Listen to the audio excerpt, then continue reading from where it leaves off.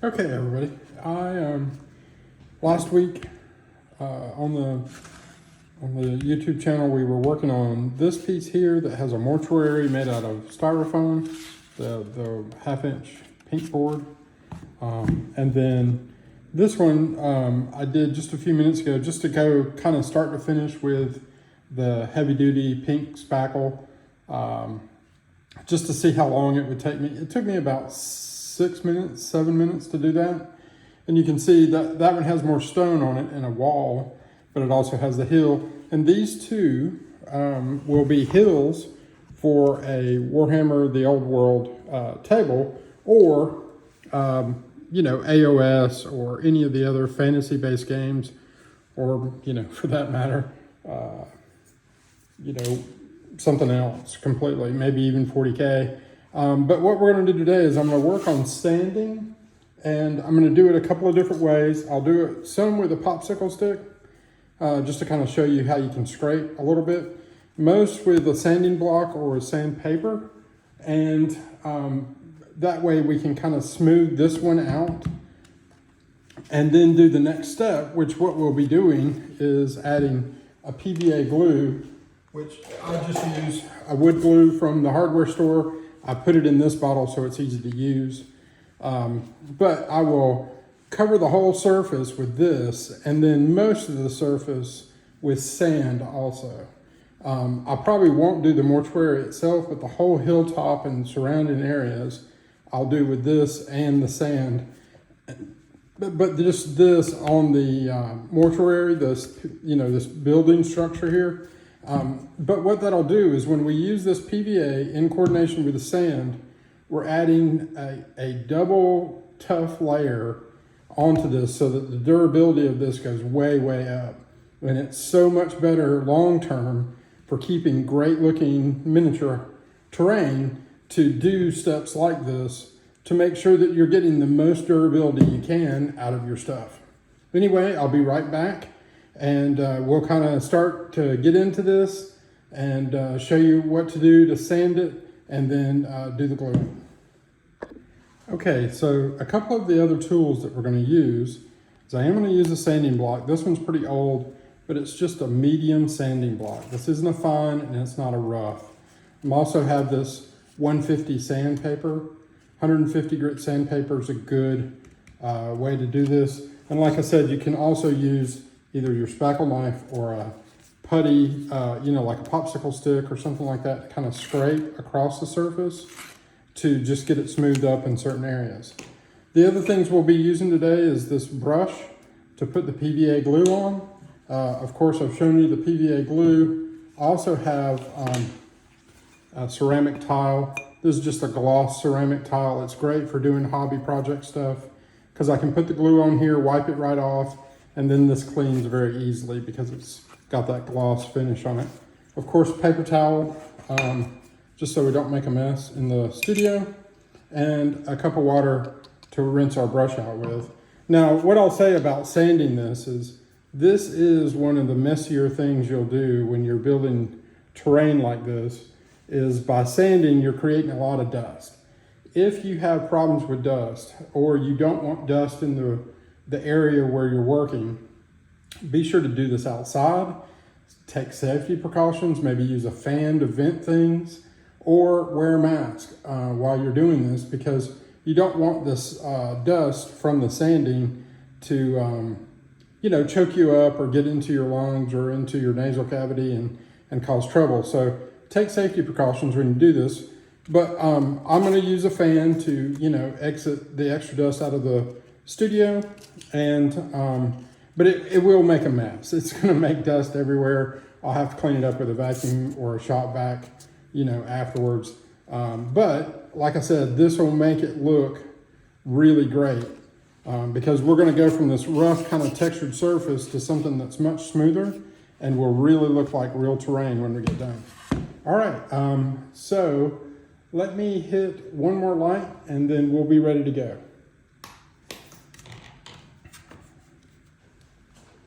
All right, so I'm going to just start with a sanding block to see how far we can get. It doesn't take a lot of work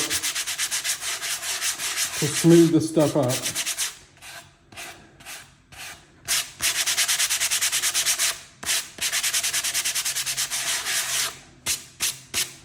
Yeah, see, I smooth that up pretty fast.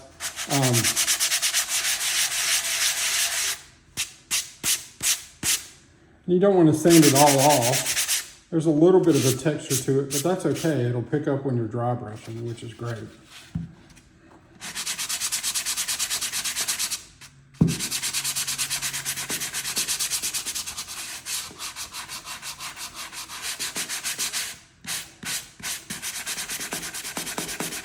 So you can see how quickly that goes, where that just smooths up really fast. So I am going to switch over to the 150. It's going to take a little bit more off. I just have to be more gentle with it. And I won't really talk through this next section because I just want to work through this really fast. Let's just see what it looks like. And then we'll get on to that next stage. But what I would say is if you find this type of video interesting, if you like what I'm doing in the studio, be sure to like this video and, you know, subscribe to the channel so that you can get updates on how to do cool terrain or epic terrain on your tabletop just like this. And lastly, if you have friends or other people that you play with commonly that are in the hobby, and they're interested in terrain, please share the channel with them, because when you share the channel, we expose it to more people and I can do more projects and continue to work on the channel like this to help you guys make, you know, epic terrain and have a little bit more fun with the hobby. Anyway, I'll quit talking now so that we can just kind of fast forward through me sanding.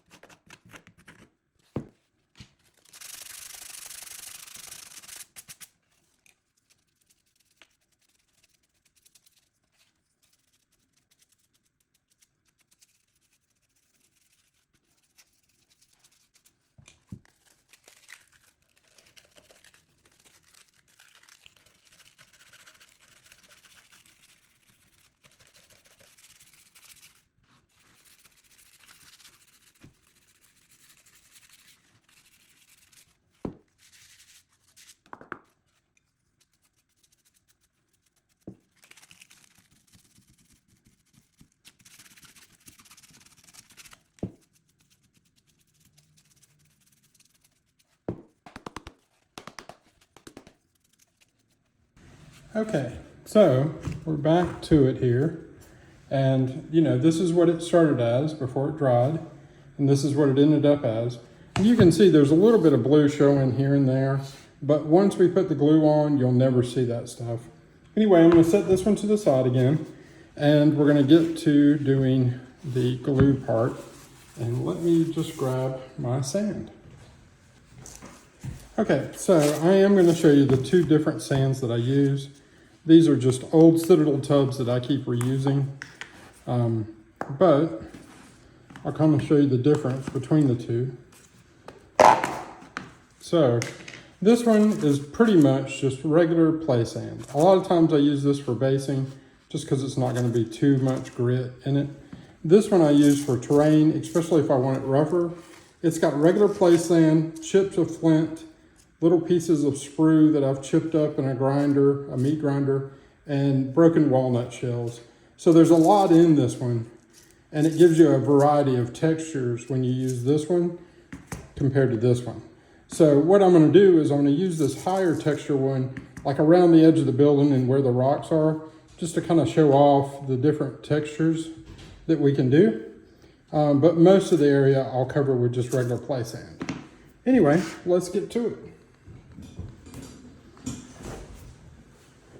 All right, so I'm gonna move my tile and paper towel over here. I'm gonna put out a little glue. Like I said, this is just regular, like construction adhesive. Comes in a yellow tube at any hardware store. Perfect for this situation. I am gonna water it down just a little bit, so I'm gonna wet my brush because I want this to go on really smooth. And like I said, I'm painting this one with just the glue. I'm not gonna put sand on it. But some sand will get on it, but that's okay. You know, it's not the end of the world. I just don't want it on the majority of it. And you do have to cover every surface with this PVA glue. Now, the reason why I'm using the glue is twofold. One is wherever I put the glue is going to protect the paint board for durability, but it's also going to protect for my layer of primer. If I wanted to spray prime this, I would have to have the PVA or the spackle or both over the surface, because spray primer tends to eat into, you know, the styrofoam stuff really easy.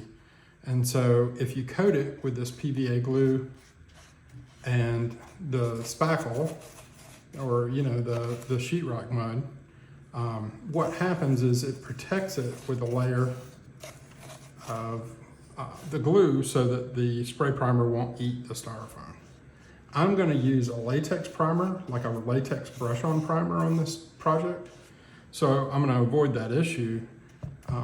But, you know, you can use whatever you might need to use in your situation. I just prefer the latex brush-on primers for most of my big terrain projects.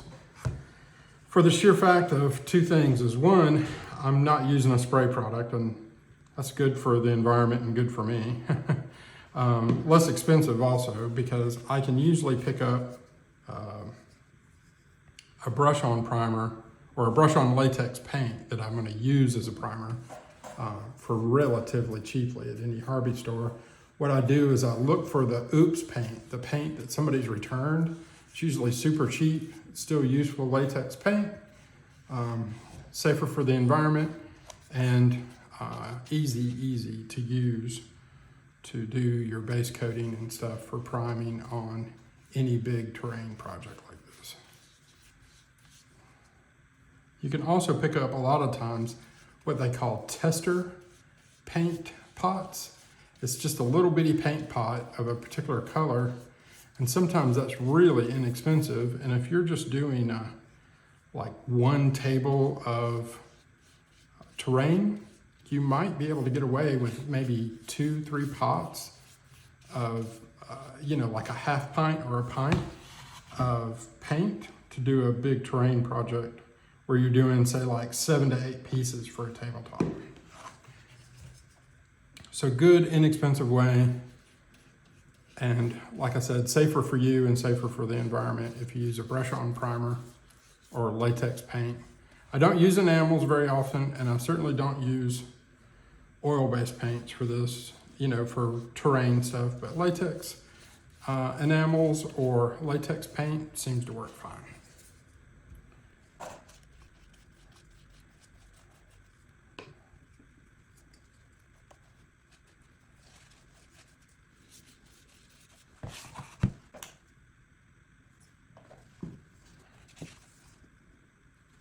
I dribbled some on my map.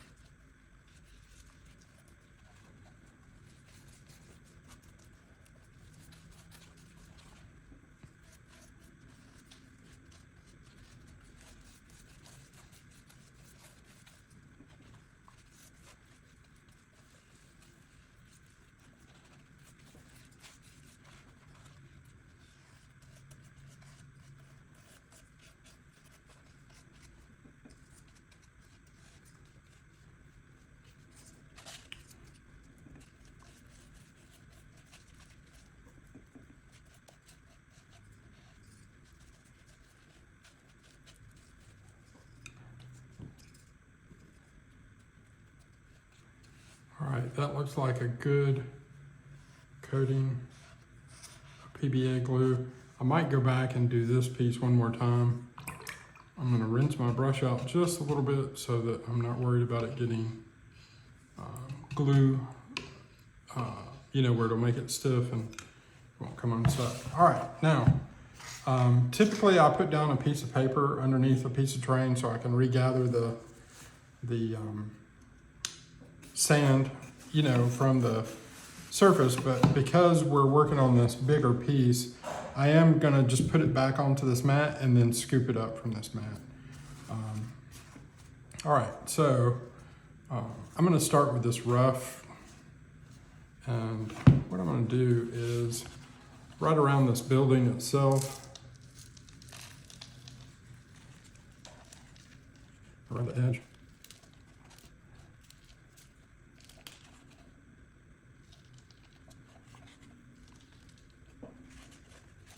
Just working my way around this thing. All right, now for the rest of it, I'm just gonna use this regular play sand. You can see I'm laying it on pretty thick, but that's okay. Don't wanna run out, but I'll start moving this stuff around in a second, and you know, half of it will come off. And if a little bit gets onto the building, not a big deal.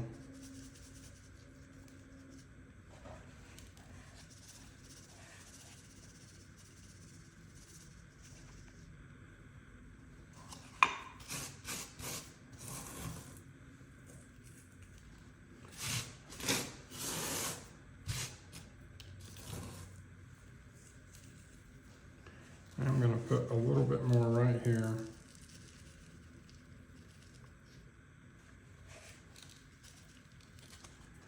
And I just let that sit for a minute. Not that it takes a whole long time to get the coverage that I'm looking for.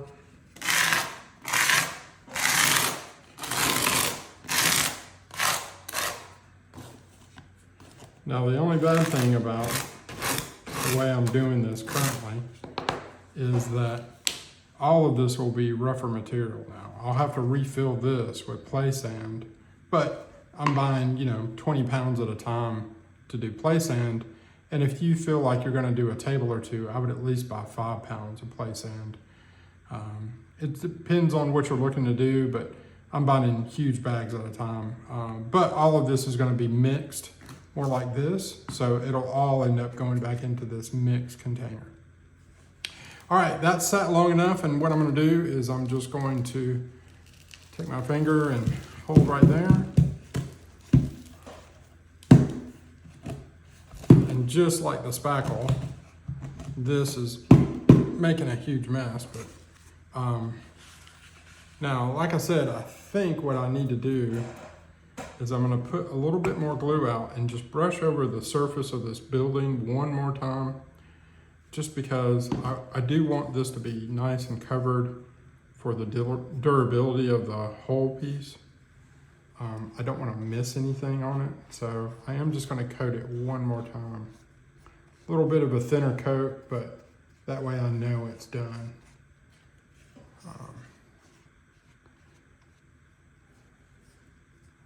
It is hard to work back in on semi-dry glue with this, but you know, it's pretty forgiving as a medium.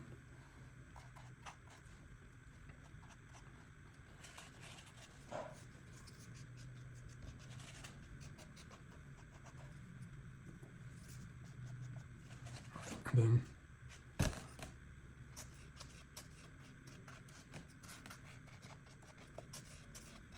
all right. So there we go. I'm gonna knock it off one more time just to make sure everything's off, but you can kind of see what it looks like with that terrain being coated with the PVA glue and then the sand. Now this will take probably 4 or 5 hours to dry. If you put it in direct sunlight or under a fan, it might dry a little bit faster, you know, maybe an hour or 2 hours at the most. direct sunlight is your best drying element on a warm day. But for me, this is gonna be, tomorrow is when I'll tackle painting it. And I'm gonna do the same treatment over here to this one. You know, I'm gonna go from this to that to a painted piece pretty quickly here. That didn't take very long. Just the sanding part took a little bit of time. Anyway, I think that's it for this video. I do appreciate you watching and liking and sharing the video with other people and subscribing to the channel. I really, really appreciate you taking the time to do that. And it helps me to continue to make great content for you. Anyway, we'll talk to you soon.